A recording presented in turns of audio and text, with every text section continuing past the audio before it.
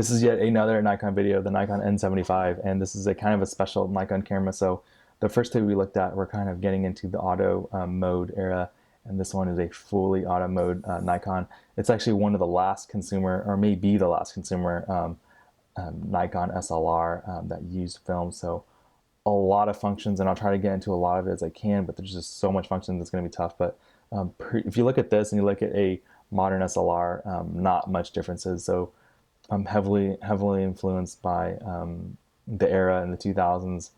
This is when the camera came out, and it looks a lot like cameras now. So pretty recognizable. I bet if you saw it in a thrift shop, you may think it's digital SLR. But how do you put on your lens? So the lenses, this is an older lens, but you're gonna just basically put it on like that. Line up the dots here. So there's a dot here.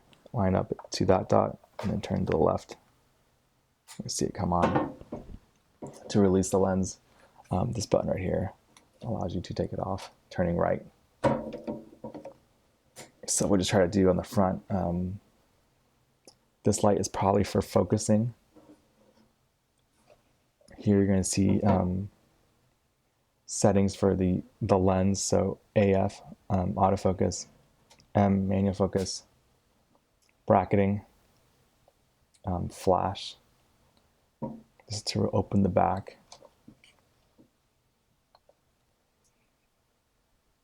This, I don't know, but I'll fill in the description. On the back of the camera. Oh, here's the left side of the camera. Here's the back of the camera.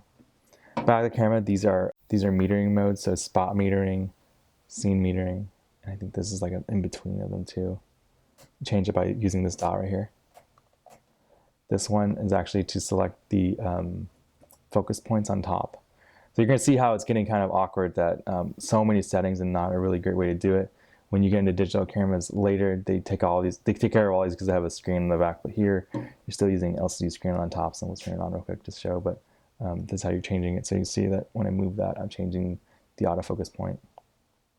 Pretty good. So 5 autofocus points. Not bad. Auto exposure lock. This changes the diopter in the viewfinder. So moving up a little bit, moving down a little bit, and you see it moves it right there. So customization that way. This has one dial right here, and this dial is for changing things like ISO, changing things like shutter speed, aperture on top, flash. Into here, you're going to see exposure compensation. So exposure compensation, pretty simple. We'll try it out right here. I don't think it's playing. But holding down that and changing this changes exposure compensation. On the right, you're going to start to see a lot of these modes. So this looks a lot like a digital camera now, except these are built into the screen usually. But manual, auto, manual, aperture priority, shutter speed priority, program mode, and then another auto. So I always get mixed up between program mode and auto, but there are slight differences between them. Then you have actual scene modes in this sucker. There's the index right there, so that's how you pick it. So scene modes, you're gonna go portrait, outdoor, probably macro, still life, sports, night. Shooting speeds, single, continuous, and then CSM. I'll fill that one in. So to load film on this, totally automatic process. You can go on the right side here, open the back. Then basically putting your film upside down here, pull it over, and if the battery's working, close it. Everything should work out fine. It's like you're trying to go. On the bottom of the camera, going to see the tripod socket right there. Battery uses 2 CR2 batteries. Look like that.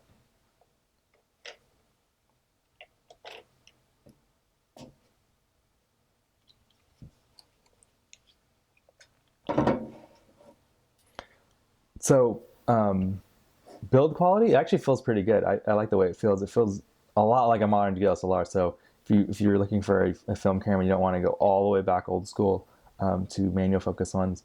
But this one actually will be a good switch off. Also, self timer right there. So many settings. It's hard to go through. This camera has pretty good build quality. I like the way it feels in my hand. It feels really natural, so pretty ergonomic. It's not going anywhere. It feels a lot like a modern SLR. And that's probably why it's funny. Since you're thinking about, Nikon needed to make digital cameras after this point because there's so many settings on here, and it's getting a little bit confusing. And when you have all these settings and you put it into your screen, it's a lot easier to go through. This LCD screen does a lot, but it doesn't do enough a lot of times too, since there's so much stuff that you have to deal with. So when you think of the last consumer SLR with film, this is it. This is what it's going to look like, and it looks a lot like a modern SLR. Price-wise, I see these pretty weird range on these. I see these from like $10 all the way up to $50, and I think I would pay probably $30 for a working one. And the only issue with that is that these are possible to find parts for. You're gonna probably have to buy 2 or 3 if you really like it, and then scrap the new ones, scrap the other ones for parts, and scrap them to kind of like interchange parts between them, because you probably can't order parts for these cameras anymore. And so that's the issue with these kind of cameras. Once the electronics are faulty, once it starts to break, it's bricked. You're kind of done, and there's no way around that. So a nice camera, and kind of like a predecessor to what follows, and it's a pretty cool, piece of history. Looking at this is where they kind of ended the film SLR, and they took these designs straight into a digital SLR, and this is what they thought worked. So that's just interesting in itself. Remember to like this video and subscribe to this channel. Thanks.